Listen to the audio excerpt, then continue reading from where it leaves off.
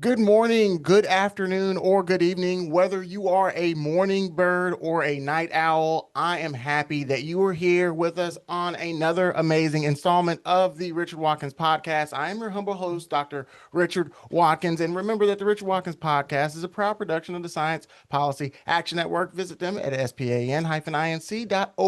But now, with that out of the way, let's get the proceedings proceeding because we have an absolutely amazing guest, none other than Stephanie Robinson. Stephanie Robinson serves as General Counsel to the Attorney General of North Carolina, where she provides legal leadership on matters of statewide importance. She previously served as Deputy General Counsel and Chief Records Officer for the North Carolina Department of Transportation and spent over a decade in private practice, focusing on family law and criminal defense. Robinson holds a law degree from North Carolina Central University School of Law and is actively involved in professional and civic organizations. She is passionate about community service, public speaking, and mentorship. Stephanie Robinson, thank you so much for taking the time out to be with us today. How are you doing today? I'm well. How are you? And I'm so happy to be here. I'm humbled and just delighted that you thought of little old me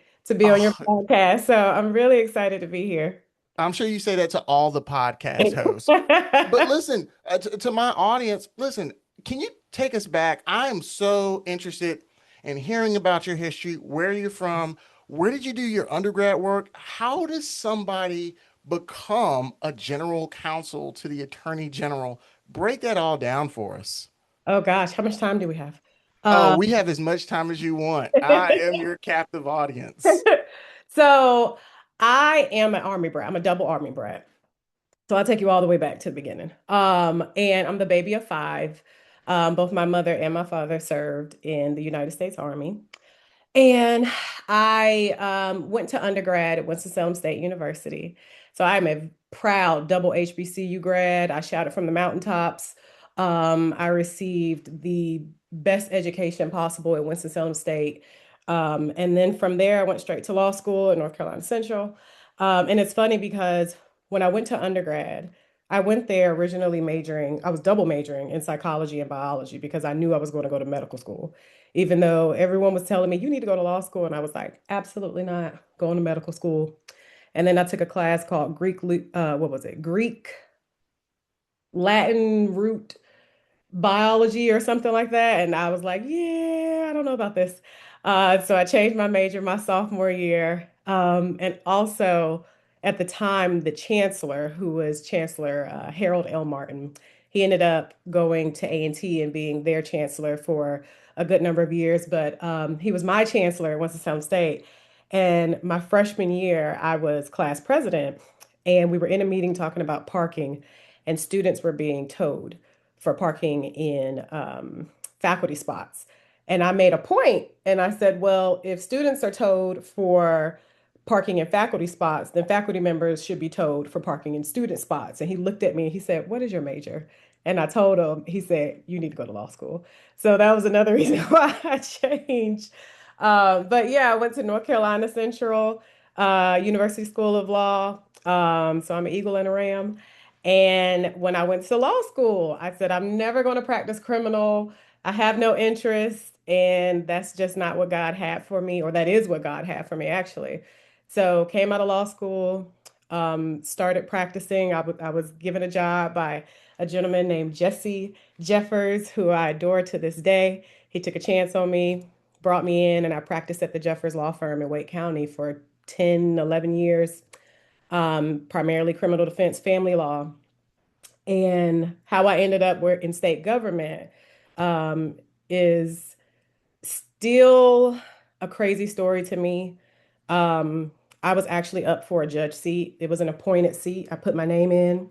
And the way that they do it here in North Carolina is if there's an appointment and you have to get a number of votes for your name to be sent to the governor for consideration.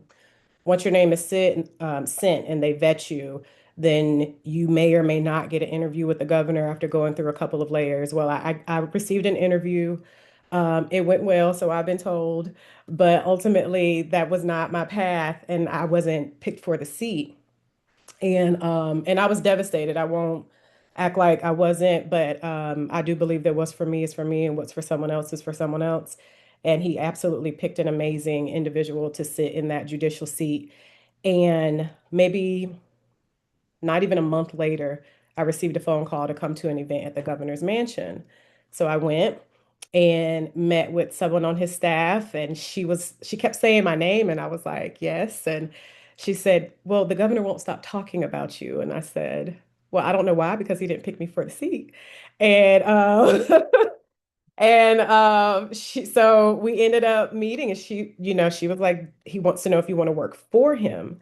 And that's how I ended up at the Department of Transportation. And I served as Deputy General Counsel there for 5.5 years. Met a lot of great people, learned a lot of um, good information in life and in professional. And what year are we in? 2026. So 2024, at the end of 2024, new leadership was coming in, and I received a phone call from Jeff Jackson. He had just won that November and asked if I would come in and interview with them. And it wasn't on my radar. It was not on my bingo card, as they say. And but it was one of those situations where my steps were being aligned. I just didn't see it. And my name was being spoken in rooms that I wasn't in. And I feel blessed for that. So I went in and interviewed, and then they called me in for a second interview, and here I am. So that is the short version of my journey. And yeah, so I am the first person of color to ever serve as general counsel to the Attorney General of North Carolina, which is mind blowing. Um, and I'm proud. I do feel a little pressure sometimes, but not really. I go to work. I do my best. I've One of my friends said, you should coin the phrase, you are our favorite lawyer's favorite lawyer. So so it is a lot of responsibility, and I'm very happy to do it. That's an incredible journey, and you're an amazing storyteller. That was absolutely fantastic. I have to ask you a very a tough question. Mhm. In your opinion, who has the best homecoming? Ha, Winston-Salem State, and let me tell you why. Okay. Okay. So, everyone wants to talk about GHO. They want to talk about A&T. I get it. Got it. Okay. A lot of my friends are Aggies. Got it.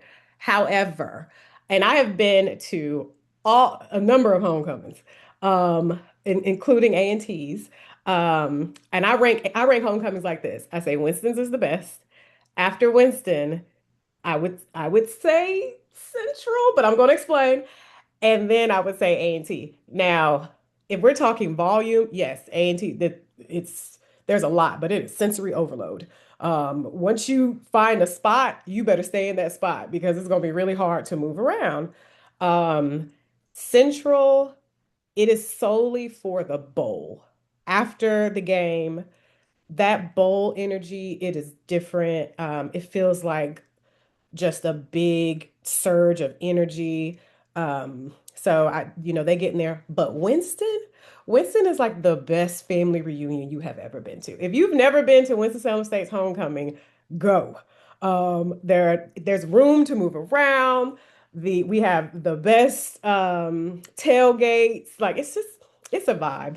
It's a vibe. I'm gonna say Winston, and I know I sound biased, but even when I take my friends with me, every single one is like, "Oh, I'm coming back," and I'm like, "Exactly, Winston."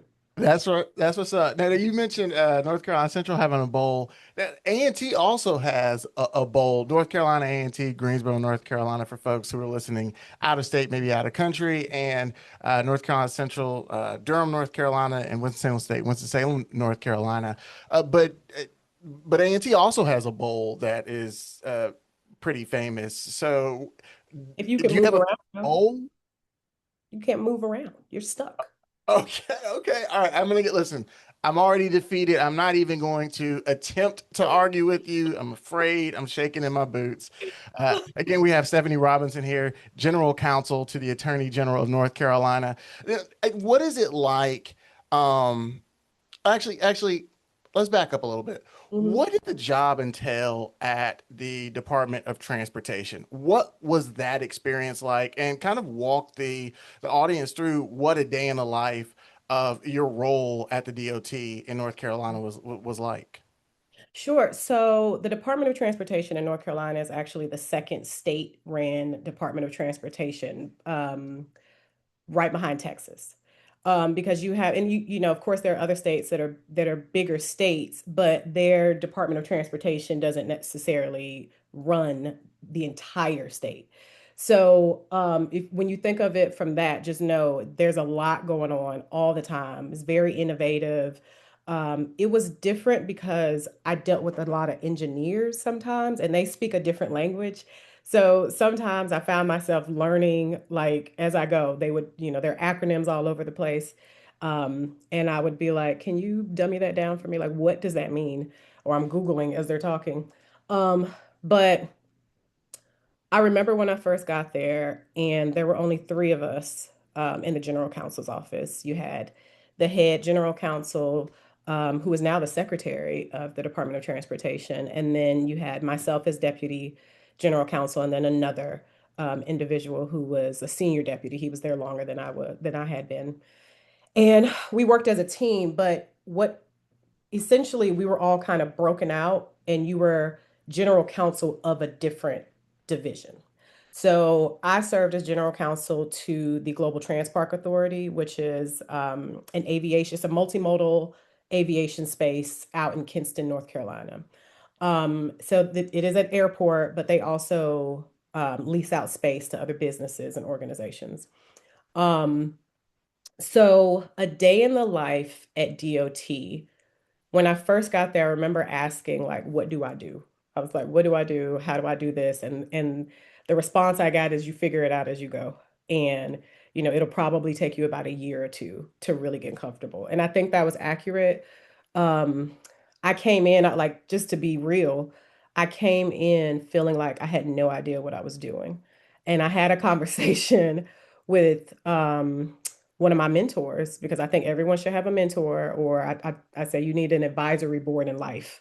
Um, and I spoke with one, and I said, I feel like I don't know what I'm doing. And she said, why do we, and I'm going to segue this into women of color, I would say probably do it a lot, where you see a position, it has 10 qualifications, you have seven out of the 10, and you think that you're not qualified. But then your counterparts might have two qualifications out of the 10, and they're like, I can do that.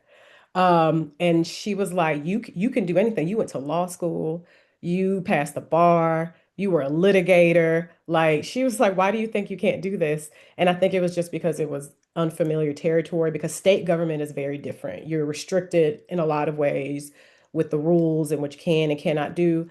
So a day in the life, on any given day, I could have dealt with citizens, stakeholders, lots of contracts. I manage litigation. So, in other words, if we were being sued, the Department of Justice represented us, unless we outsourced it to an outside law firm. But I may have been in a position to manage that litigation, which is where my litigation background came into play. Because how do you manage litigation if you don't know how to litigate? Um, so I would manage that. I dealt with employee relations issues, human relations issues, or human resource issues. Um, our Office of Civil Rights there, I advised them. I dealt with public records, aviation, anything that could come through the door, advising board members. Like, um, I pretty much dealt with anything that came in the door, and it was actually a lot of fun because every day was different. I never felt like I was bored, or, I always felt like I love to be in rooms where people know more than I do, or people know things that I don't know. And so it was cool. Sometimes you're in rooms with people and you're like, I cannot believe I'm in the room with this person. So that was the day in the life of DOT. That's how I felt. I can't believe I'm in the room with this person when I got a chance to ask you to be on the podcast. That's exactly how I felt. I know how the feeling goes. And also, former Chancellor Martin, I had an opportunity to sit next to him and watch a golf tournament. And he was Yeah. so nice with he and his wife. I was like, I cannot believe that this is my experience. I want to back up and ask just a few questions before I move on. Um, just some vocabulary. I want to turn you into a glossary here. Okay. Um, you said advisory board at life. What does that Oh. mean? Break that down to what that means to you. So I don't think anyone is above being checked, right? And we can do a lot of things on our own. We just shouldn't. Like I think it's wise to have someone you can go to who you can be vulnerable with.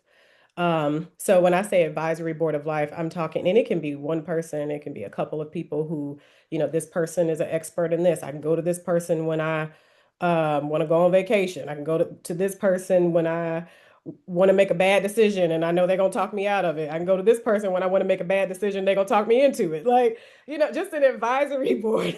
Like I think it is important to have individuals who care, who genuinely care about you, and who, if you are wrong, they're going to tell you. They're going to say, "No, don't do this. I don't advise you to do it this way." And so I don't believe in reinventing the wheel. So anytime I have like younger lawyers, I love to mentor younger lawyers. Love, love, love. And I tell them all the time, I'm not going to if I have it and I can share it with you, I'm going to share it. I'm not going to watch you sink. And sometimes people in the profession and other professions too, you get to a certain point and you feel like you've earned the right to just kind of look down on people. So I'm pretty sure I'm probably somebody's advisory board where if they need help, you can come to me. If you need a template for something and I have it, I'm going to give it to you. If you're looking for a connection in a particular space and I know someone there, I'm going to connect you. So advisory board of life is it depends where you are. So it can be relationships, it can be parental. I have a 13-year-old. So I have certain individuals. I have one person in particular who I think she is just the dopest mom I have ever met. And she actually, we met in law school. And shout out to Tiffany. But we met in law school. And when we were in law school, she had a 1-year-old and a 2-year-old. And I've never seen, other than my own mother, who is the best ever, but she was just very influential on me when I became a mother. So she's my advisory board for motherhood. Like, so just, things like that. That's what's up. Next thing I want to ask you, and I know a lot of folks listening are going to obviously know what this term is. I hear this term all the time, but I'm just wondering, could you define litigation? Earlier, you mentioned experience in litigation. Break that down. What is litigation? So yeah, so just because you're a lawyer doesn't mean you're a litigator. Litigation means you have advocated for someone in a judicial setting. So in court, that's the easiest way to say it, where you have gone in front of a trier of fact, whether it be a judge or a jury, or a magistrate, and you have argued the facts and connected it with the law, whether you're on the defense side or the prosecutor side, civil, criminal, administrative, whatever area of law, but that's what it means to be a litigator. Awesome. And thank you for breaking that down. I'm so ignorant on so much of this stuff. So I know if that's my perspective, I know a lot of people are going to be like, what? I didn't know that. So Right. thank you Yeah. for breaking that all down for us. So going from DOT now to Attorney General's office, how did your experience in with the DOT prepare you for what you were going to ultimately do in the office of the Attorney General? And see, that's one of those questions that brings in how funny it is the way God works, right? If but for my experience at DOT, I would not have been adequately prepared for my job at DOJ. Could I have done the job? I believe in myself, sure, but I would have struggled a little bit more. So DOT is a cabinet agency. So, Department of Transportation, that's DOT. I think I've said it as DOT, forgetting that people may not know what that is. So DOT, Department of Transportation, you have other cabinet agencies like Department of Revenue, Department of Public Safety, like all these cabinet agencies, versus the Department of Justice, where the Attorney General is over. He is the head of the Department of Justice. And we are a part of the Council of State. So that's going to be the governor, the Secretary of State, the state treasurer, the state auditor, like all of those fall along the lines of Council of State. However, the Department of Justice is essentially, we are the largest law firm in the state. So we represent all of those agencies I talked about, from the governor, Department of Transportation, we represent all of them. Judges, if litigation happens, we are in charge of that. But we do a number of different things as well. You may have seen Attorney General Jeff Jackson. He is brilliant when it comes to social media. He's brilliant, period. But he does a very good job of engaging individuals on a social platform.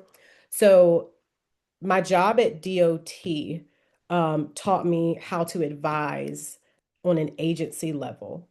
And at DOJ, I still have to advise on an agency level. So I have to make sure we're in compliance with things. I have to, if the Attorney General has a question about certain matters, I need to be able to answer that. If we have contracts that we need to enter into, I need to vet those. I deal with all the outside agencies. So there are a number of things that a state agency can't do without the permission of the Department of Justice. So most of those come to me. And so it's helpful that I was in a state agency, because I understand what they're trying to do. I understand if they're, maybe trying to outsource litigation. I understand it because I was there. I understand if things need to be pushed through, how to prioritize things adequately. But then I also am very serious about my job. So I'm going to do it right. Sometimes my job is to be the bearer of bad news. That's where my litigation experience kicks into play, because as a defense attorney, sometimes my job was to give my client bad news and know how to deliver that and not be afraid. If someone is adversarial, I know how to talk it through and manage expectations. So I picked up a lot of skills at the Department of Transportation, as well as from the law firm. That's absolutely incredible. And you mentioned Attorney General Jeff Jackson and his ability to utilize social media. And I can, testify. I had an opportunity to spend a lot of time with the Attorney General back when he was running for United States Senate. I was also a candidate for United States Senate, and he's just a really great guy. So Yeah, he's really like that. he really is. Yeah, Yeah, like the song goes, he's really like that. So yeah. If people ask uh, me all the time, they're like, "Is he really like that in real person?" Yes, he is yes, like just like that. Yeah. that. So what is, as a general counsel, what is your relationship with the attorney general? What is the job and the responsibilities of general counsel? I know I read it in the bio, but break that all down for us. What do you do? Gosh, I'm still trying to figure that out. But no, it's what do I do? It's almost easier to answer what I don't do. I advise on every level there is. So if it is a state ethics question, can I do this? Or you know what? Here's a better. So I assume we're from the same era. I don't want to assume, but I'm going to assume. Okay. I Um, mean, I'm an old man. I'm growing my beard out, and it really shows the salt and pepper that you can't see on my head. So I wouldn't assume. I'm probably older than you think I am, but 80s let's go babies, ahead. right? 80s, we're 80s babies. Okay, okay, Okay, yeah, okay, yeah, okay, yeah. okay. Just checking. So when we were younger, back when we played outside, right? Like we all played the game Mother May I, right? You remember Mother May I? You get in the line. You didn't play Mother May Nah, man, I was playing baseball, football. basketball, maybe dodgeball. I wasn't playing on Mother May I. But for those of us that played in the street as children and in big fields, okay, I'm talking to them. So, well, I will teach you as well. There's a game called Mother May I, where you essentially like stand in a line and there's someone who can see they can see the whole field. They can see everyone and it's Mother May I do this? Can I run? Can I skip? Can I, Mother May I says, yes, you may. That's kind of what I do. So I don't just advise the Attorney General. I also am responsible for advising all of the 600 plus lawyers that we have at DOJ. Department of Justice also has the State Crime Lab. We have criminal justice standards. So I I put out fires. Um, I a lot of times I am trying to keep things off of the Attorney General's plate so that he can do what he needs to do. So whether that means the background operating, whether that means doing some legal research on if I don't know if anything. And I hate to keep saying anything, but it really is, it's a very aggressive job. If I'm in my office at any given, and I have an open door policy. So at any given moment, someone is knocking on my door and saying, hey, I have a question. And they'll come in and ask their question. And it could be a litigation question. It could be, like I said, an ethical question. It could be, can you help us with this agency? I have to try this case with such and such. And, I'm having a hard time negotiating whatever. Can you help us with this? Or we have a land lease. And like, let's say the state, we own a piece of property and someone wants to lease it from us, that would come to me.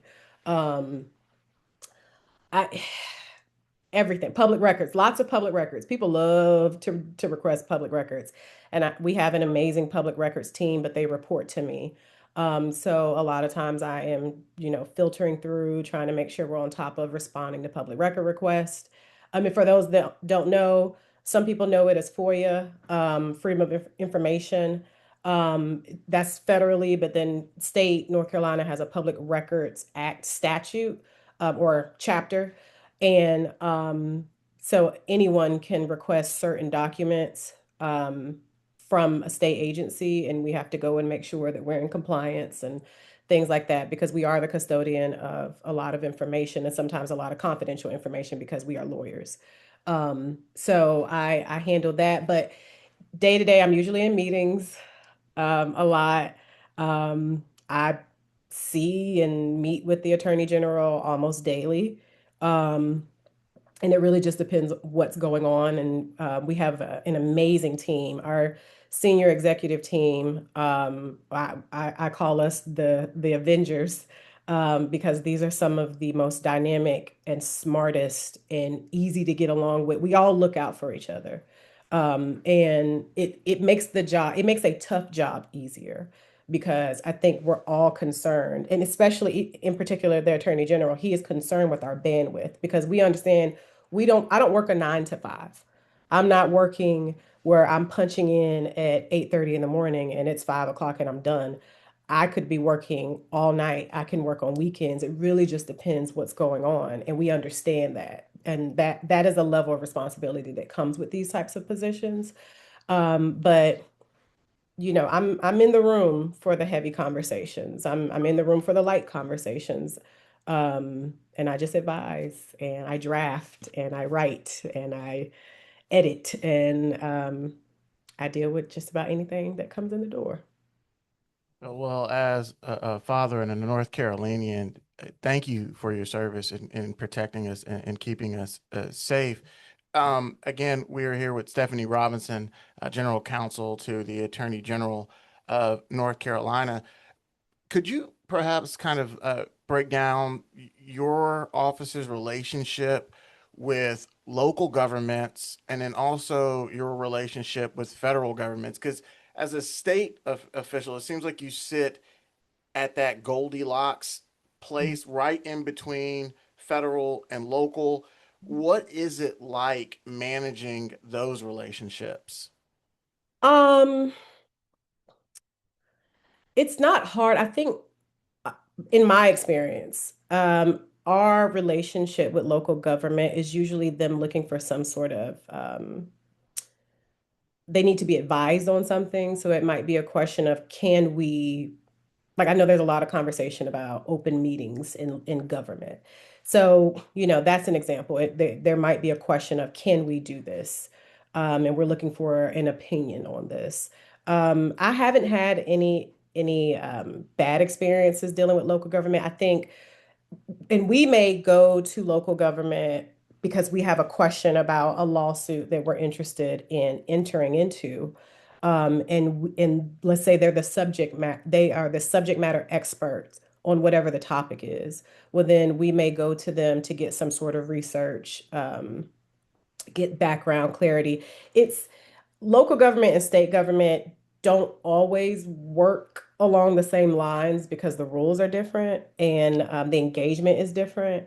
But because we are in charge of representing the interest of everyone in the state and not necessarily just Wake County or Durham County or whatever county, Cumberland County, we are just always looking at how does this affect the entire state. So our engagement with local government really just depends, but it's always been positive as far as my experience has been.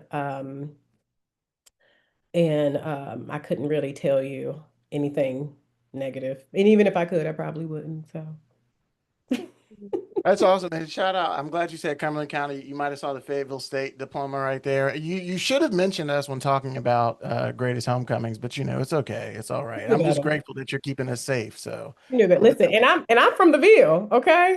Like oh wait, that's where you're from? You're from Fayetteville? I'm from Fayetteville. Yeah, I am a What? girl from the Ville. Yes. Oh wow. Okay, I I did not know graduated that from when I Jack Britt lived in High Fayetteville. School. What high school? Jack Britt High School is where I Oh graduated yeah. from. But I started at 71st. When I was in high Oh yes. school, I went to 71st my freshman and sophomore year. Jack Britt was a new high school. It opened up my junior year. So Yeah. I represent both. I am a Falcon and I am a Buccaneer, but I am a girl from the Ville. Yes. That's what's up. Well, shout out I to didn't the mention Fayetteville State because we both know that homecoming is. Hey, listen, I played football for Fayetteville State, and we won the CIAA tournament, so I'm happy. I'm fine, Yeah, I love Fayetteville State. Yeah, I love Okay. it. And shout out to because I know him, the principal of 71st, James Blue. Shout out to his leadership there.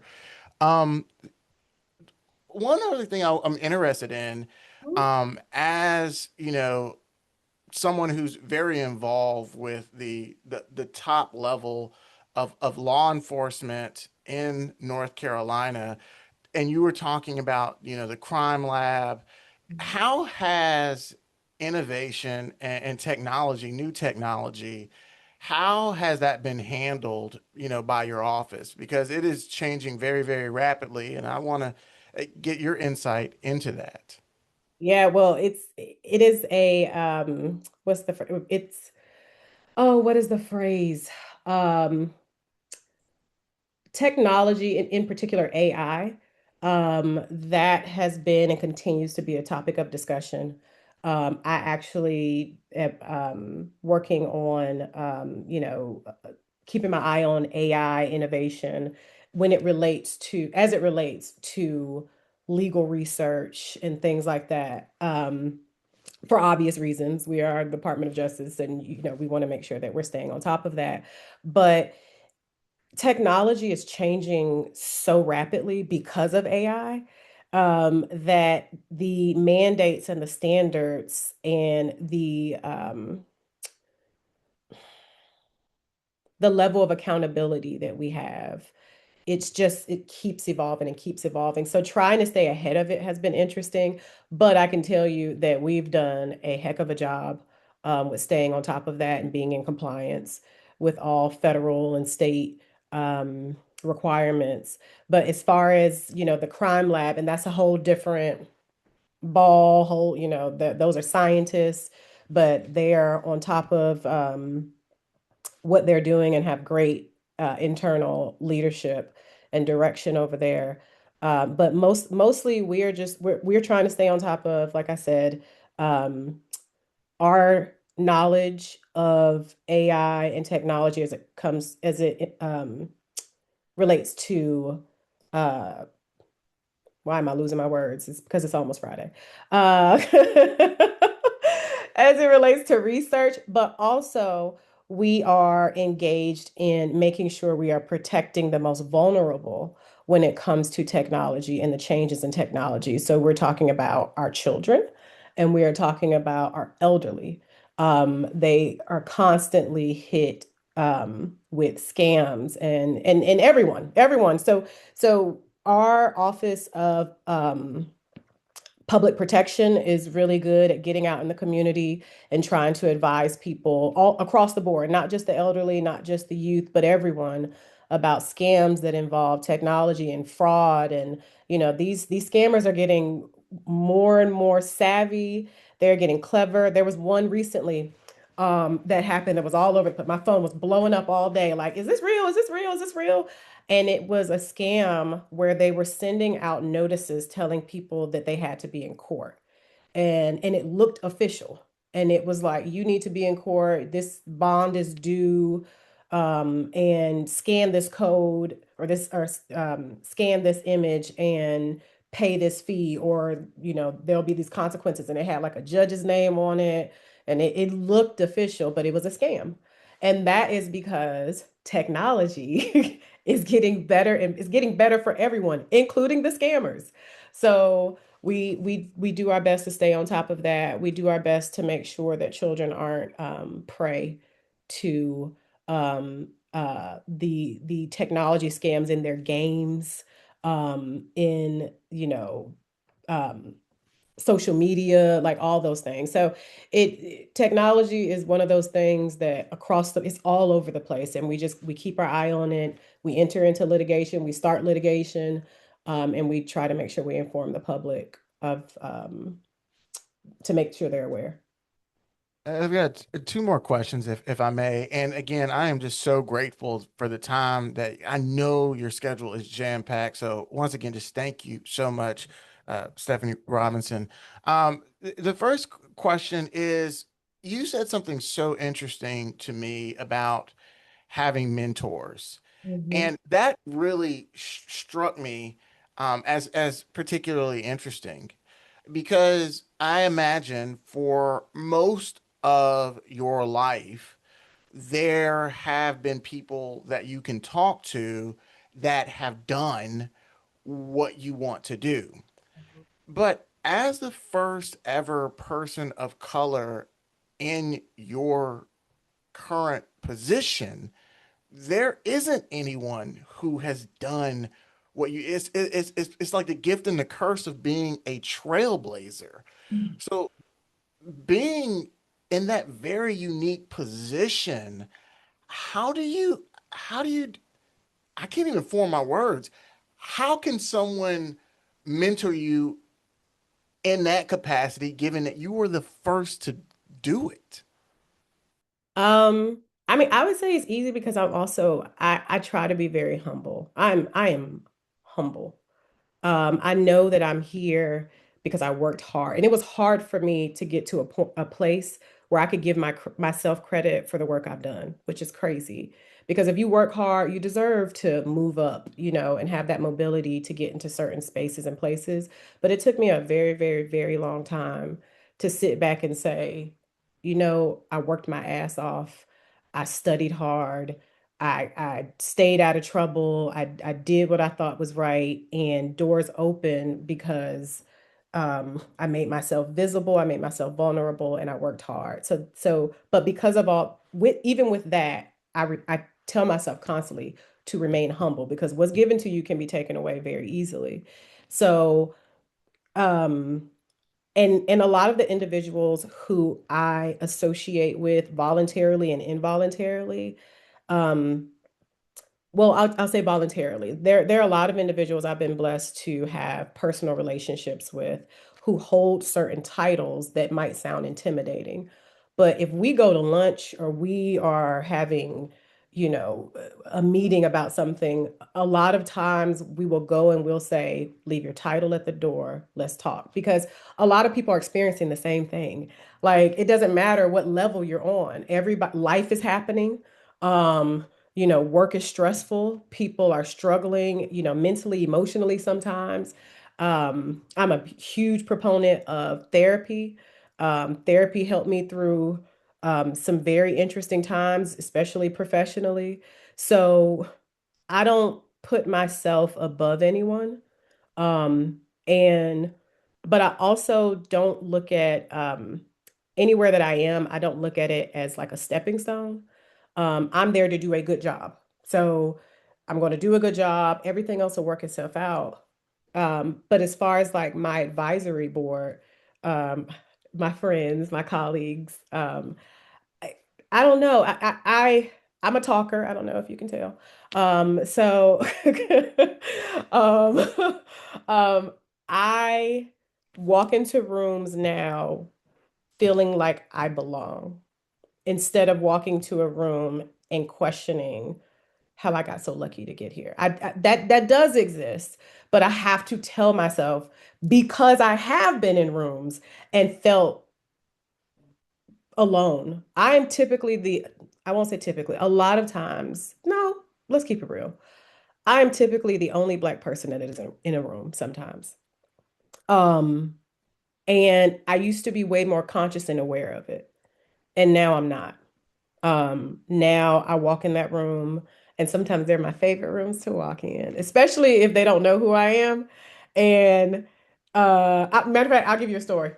You didn't ask for it, but I'm gonna give it to you anyway. So I won't say which job this was at, but it was at one of the three, so you pick. And I at first did not put my picture on my email. So, you send your email and your picture pops up. I did not put my picture up there, and that was intentional. Now you're gonna see my picture. But it was once again, I was conscious and aware, right? And I'm talking to someone through email, and that's it. We never had a phone conversation, and I'm advising on something, and then we have a meeting in person. I walk into the room and I'm suited up, hair is laid, all just and I sat down, and an individual who I was waiting, and I spoke, "Hi, hello, how are you?" And they were like, "Hi." And then we're just sitting there. So I was like, "Are we waiting for someone else?"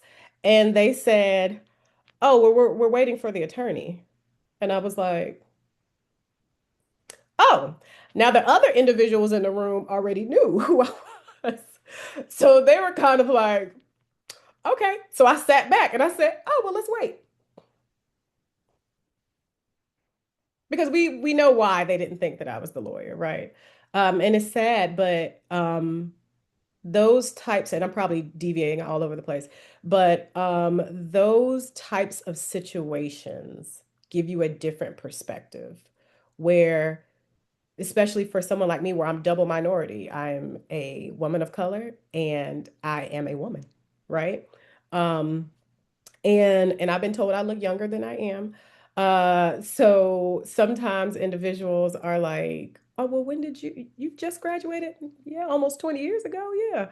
Uh, so my son tells me I'm old all the time. So, but yeah, like I am, I understand the responsibility that comes with the job that I have. I understand that visibility is important. I understand that there are younger lawyers, white, black, young, old, male, female, who are watching and who could be inspired. So I go to work with that on my shoulders. Sometimes I want to do a good job, but I'm also okay with my mistakes. Which is once again why it's important to have people you can go to and say, "Hey, I think I may have messed up on this," or "I don't want to mess up on this. Can you help me out?" Or "I'm struggling with whatever." There isn't anyone that knows everything. And sometimes the higher up you get, the more you realize that there are a lot of people that have no idea what they're doing and they are up there in any profession. um, So, but at the end of the day, whatever you are doing, you've already paid your dues. So I walk in like I've already done it. I did the hardest stuff. I can read, I can write. I come from humble beginnings. You know, I told you both of my parents served in the army. I'm the first lawyer in my family. I was the first person to graduate from college in my immediate family. My mother graduated a week after me from Shaw University. And she went to school part-time, and it took her a long time. And she did. I was actually more happy for her graduation a week after mine than I was for mine. But I'm a first. I wasn't, I, nothing was given to me. I wasn't spoon-fed. I didn't have the connections. I had never been in court. I remember being in law school and there were individuals who knew certain things and I was never introduced to. Even now, sometimes there are conversations that we have that other individuals have been privy to since they were young and I haven't. And they may be on a subject and I'm like, what is that? And then I realize, or they're talking about, a person and I have no idea who that person is because they weren't a part of my stratosphere, right? So when I'm talking to other people, I try to make sure that I'm talking to them on a level where what if they don't know what I'm talking about? Don't assume. And exposure is important. So I am big on expose. If I see an opportunity, the career services director at North Carolina Central University School of Law, she will receive an email from me and say, "Hey, we have these opportunities. I need to see us. I need to see more students from Central. I need to, if I have texted the chancellor from Winston State before and said, hey, if you need something, please feel free to let me know. Like, because I am looking for me. I'm looking for that person who didn't have the exposure. And I don't think I'm here just for me. I think I'm here because there's someone else who I'm supposed to go like this and say, put your feet right here and let me push you to go higher than me. So yeah, I do my best to try to make myself available to people so that I don't look like someone who is out of reach. I never want to be that person.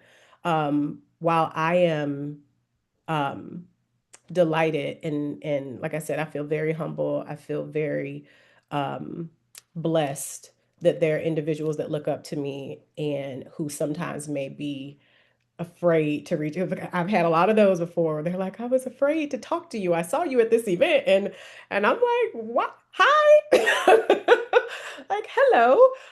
Like I understand, what the role is, but it just means I'm tired. So, you can still talk to me. I'm still a person. But yeah, I will always go back to mentors. I still call mine to this day, um, and I always will. Not just a person, an inspiration. Stephanie Robinson. One more question. I ask this question of every single guest of the Richard Watkins podcast because it is both a gift and a curse to host this podcast because I get an opportunity to interact and interview with the most brilliant people in the entire world. And I always end up kicking myself after the interview is over because I should have asked this or I should have asked that. So I started developing the tradition of asking everyone, what should I have asked you? And then after you tell me that, please proceed with answering your own question. Oh my, that is a good one. That's a good question. Hey, I'm the greatest podcast host and the greatest podcast in the entire world. I'm not humble. I give you humility or honesty. You got to pick because I can't give you both at the same time. So go ahead. Right. What should you have asked? Gosh, I don't know. I think you asked really good questions. Let's see. Let me not be humble. You should have asked me what sorority I'm in because I am a member of the Delta best. Sigma Theta Sorority Incorporated, the same sorority of my mother and grandmother. That's Okay. all that I have known. So absolutely, absolutely, Wait, wait, wait. I You were did that. raised right. You were raised right. Yeah, Um, yeah, yeah. so yeah, shout out to my sorors of Delta Sigma Wait, Theta. wait, can I follow up? Has that influenced your professional trajectory at all? Oh gosh, yes. Um, Okay. Yeah, the SOAR, and it's not just deltas, but my SOARs have been instrumental in my life, um, personally, professionally. Because the other thing, you don't get where you are like this without having good personal relationships. So a lot of them, they have influenced me on so many levels. I became a member 22 years ago at Winston-Salem State University Gamma Phi chapter, and I'm currently a member of the Raleigh Alumni chapter. And so yeah, like they have poured into me, they show up, they root for me. I've done things on national TV and they'll send me messages and they're sending it to each other like my soror's on TV. They show up, they show out, but across the board, the entire Divine Nine members, fraternities, sororities, they have been very instrumental in my development, in my growth, in my career, and they're invested, and I appreciate them for it. I've got a funny story, but I don't know how to tell it, right? Because I've been raised on HBCU campuses, been raised on the campus of North Carolina A&T, spent time at Winston-Salem State University where I cut my teeth in research. And then obviously I am a Bronco.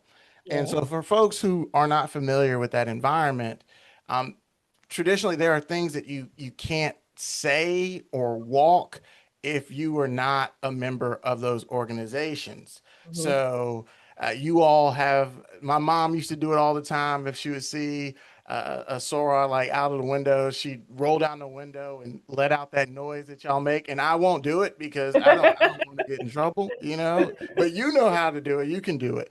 But what was funny, my nickname in undergrad was Snoop.